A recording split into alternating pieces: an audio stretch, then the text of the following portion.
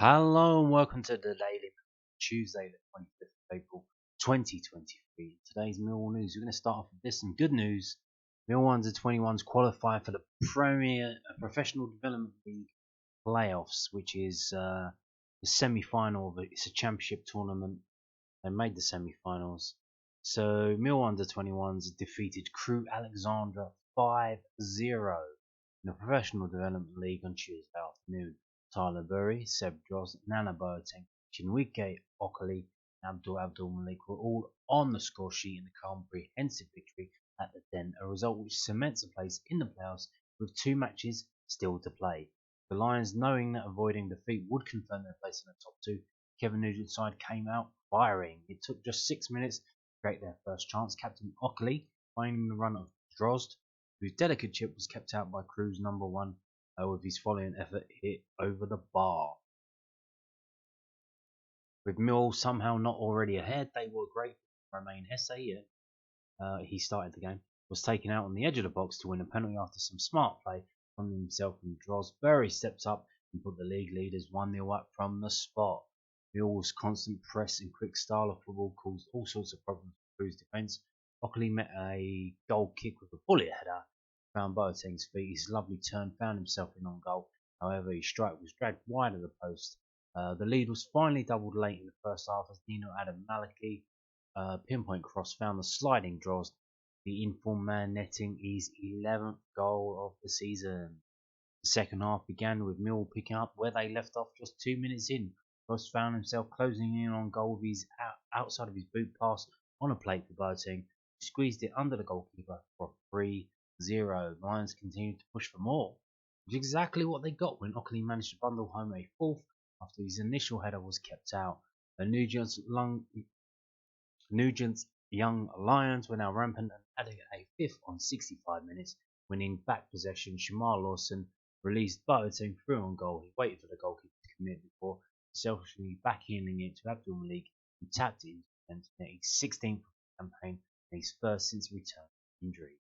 The under-21s extend their unbeaten run to 7 games whilst remaining invincible on home soil. A significant win for the Lions, not just a place in the playoffs confirmed, but 3 points to take them 5 points clear of Bristol City at the summit. Next up is a trip to Wigan Athletic on Friday, 28th of April, so in a couple of days. Not hanging around, are they? So here is your team: Wright, Walker, Adam Maliki, Lawson, Hafid, Ockley, Burry, Allen, Droz, Boateng, and Esse. So yeah, you got the first team squad members. Burry and Esse started the game. They both played the first half, and were withdrawn from the match at the start of the second half. The subs were George Evans, the goalkeeper George Evans, for Joe Wright on the 82nd minute. That was because of an injury to the goalkeeper. Stevenson for Vid on 77th minute. Abdul Malik on for Burry on 46th minute. Cotton on for Allen 77th minute. And Smith on for SA 46th minute. So there you go. Now,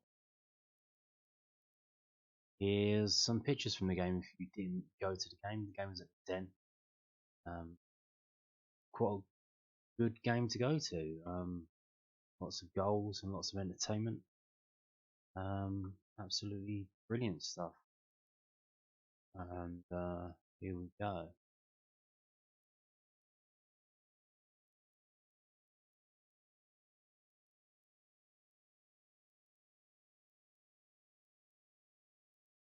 And we're back to the start. So there's the picture from today's game. Now we're going to move on to the manager's reaction. Kevin Nugent. Kevin Nugent praised his players for reaching the Professional Development League playoffs and securing a 5-0 win over Crewe Alexandra, but bemoaned not being able to add to the FD scoreline. He wanted more goals. Tyler Burry, Seb Droz, Nana Boateng, Chin Ockley, and Abdul found the net. The Lions trounced the Railway men. Further chances going begging at the Den. It was a good performance, so I've actually seen us play better, Nugent told MillwallFC.co.uk. Obviously, it's a really good result. We could have and should have had more goals, but anytime you win like that, it's a good result.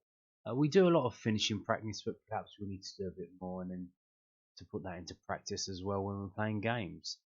The under-21s are now cemented in the playoffs with 2 league matches to spare, with a 5-point gap on second place Bristol City, although the Robins do possess a game in hand. It'll be fantastic for the lads to win the playoffs and the trophy, but ultimately it's about the lads' development, getting them ready for first team football. As you go through the ages, it becomes more and more about the importance of winning games. Indeed, but here's the thing, how many of them will even carry on in professional football? So for them to have this moment to win that trophy, it's something that will stay with them, something achievable that they've achieved. So there you go. Let's have a look at the table then. Here we go. So they've qualified for the playoffs because they cannot be caught by Swansea. So they have a 12-point lead on Swansea, and they're only 9 points for Swansea to play for. So Millwall have got to play Wigan away, I believe, on Friday, and then Sheffield Wednesday at the training ground the week after. And the semi-finals and the final, who knows where they will be? I can't. It would be interesting if the first team don't make the playoffs and this team do, if they actually get a bumper crowd for the under-21 playoff. That's it. Or bigger than, it's usually around 100 to 200 people, so if you get a lot more than that, that would be good, especially if the season would have ended by then. But there you go. That's the under-21s for you, absolutely romping it. Now, talking of tables, I'm going to show you this as a matter of fact. I'm not suggesting anything, I'm not saying, it's just a matter of fact. And obviously on Sunday I told you that this week was a weird week because there's a championship game every day of the week. Because this is the week when all the games in hand are played. So on Monday, yesterday, Luton beat Middlesbrough 2-1. And today, Burnley beat Blackburn 1-0. They beat them 1-0. So obviously, that does something to the table, which may or may not be advantageous to us. Depends if we manage to score some goals and win a game. So there it is. You see it there. Blackburn now no longer have a game in hand on us or on anyone, and they have the same amount of points as us. So you now have 3 teams on 65: Sunderland, Millwall, and Blackburn. And we are big in the middle in terms of goal difference. We've got +7. Sunderland got +10, and Blackburn have got -3. You could argue they're the worst team in the top half of the table because they've lost 7 games. But they've only drawn 8. So yeah, I'm not suggesting anything. I'm just showing you what's happened. We now wait for tomorrow's game, Wednesday. Sheffield United versus West Brom. So that would be interesting. So come back to tomorrow's video and I'll let you know how that gets on. And we'll have a talk about that. But back to the Millwall news, first team news. I'll be happy to stay. Millwall only opens a permanent move after promising spell at the Den. Callum Styles is waiting until the end of the campaign to see if the Lions decide to sign him on a permanent basis from League One outfit Barnsley. I haven't told him yet. That's kind of off. Surely if he's out of contract, I know he must be talking to other people then, no? So this is from southernnews.co.uk. Callum Styles is open to the idea of joining on a permanent basis as he nears the end of his loan spell at the Den. The 23-year-old joined the Lions on loan from Barnsley on transfer deadline day last summer. The club submitted a deal sheet to get the move over the line late on. They fought a fierce competition from other championship clubs to acquire his services eventually managed to win the race. Styles signed a new contract before heading out. Garrett's side retained an option to buy him at the end of the current campaign. Oh, so he's sorted anyway. He can go back to Barnsley. He's probably got another year there and then or what.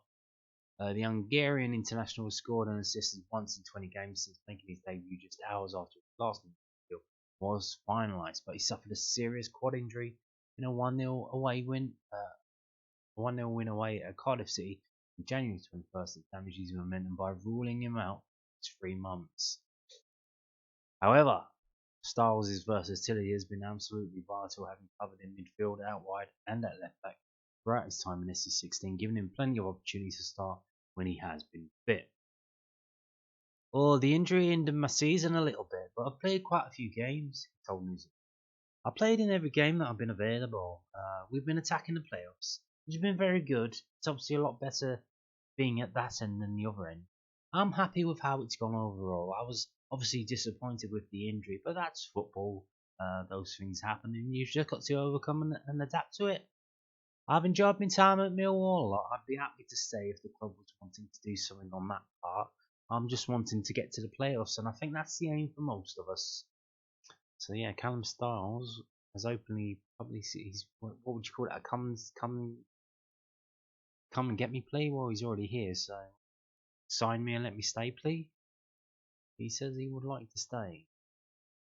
Club haven't mentioned whether they want him to or not. This is also from southernnews.co.uk. Millwall midfielder provides honest assessment of return from injury and Wigan defeat.